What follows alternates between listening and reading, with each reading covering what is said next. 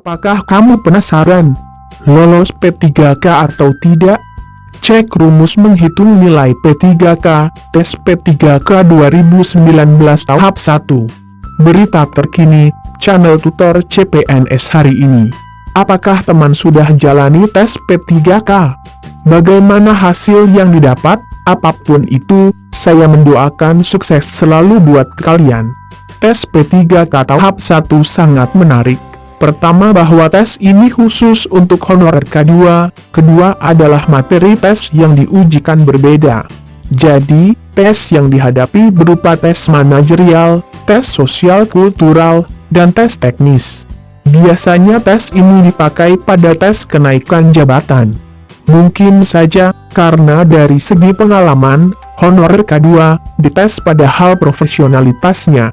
Tidak hanya segi materi tes, maka penilaian skor, dan juga ambang batas pun berbeda.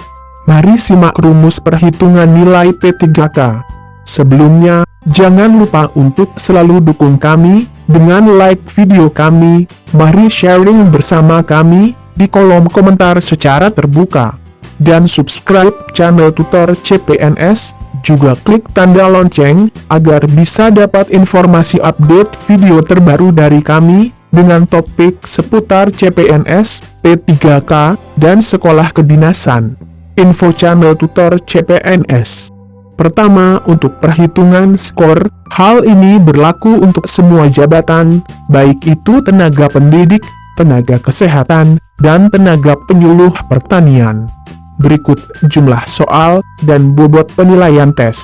Ada 3 syarat bisa lolos P3K. Kompetensi manajerial terdiri dari 40 soal dengan bobot benar bernilai 1 dan salah bernilai 0. Kompetensi sosial kultural terdiri dari 10 soal dengan bobot benar bernilai 2 dan salah bernilai 0. Kompetensi teknis terdiri dari 40 soal dengan bobot benar bernilai 3 dan salah bernilai 0. Terakhir, tes wawancara berbasis komputer terdiri dari 10 soal dengan bobot nilai 3, 2, 1, dan jika tidak dijawab, bernilai 0. Info channel tutor CPNS. Bagaimana dengan ambang batas? Dinyatakan bahwa peserta dikatakan penuhi ambang batas jika peserta dapat total skor pada tes manajerial, sosial kultural, dan teknis adalah paling rendah 65. Kita tahu jika total skor paling maksimal adalah 180 dan paling rendah 65. Tidak hanya itu, khusus kompetensi teknis, peserta harus mencapai skor minimal, yakni 42. Itu ketentuan pertama yang harus dipenuhi. Lalu, ketentuan kedua, jika sudah dipenuhi pada ketentuan pertama, untuk tes wawancara, skor yang bisa dicapai minimal 15. Sedangkan untuk total skor maksimal adalah 30.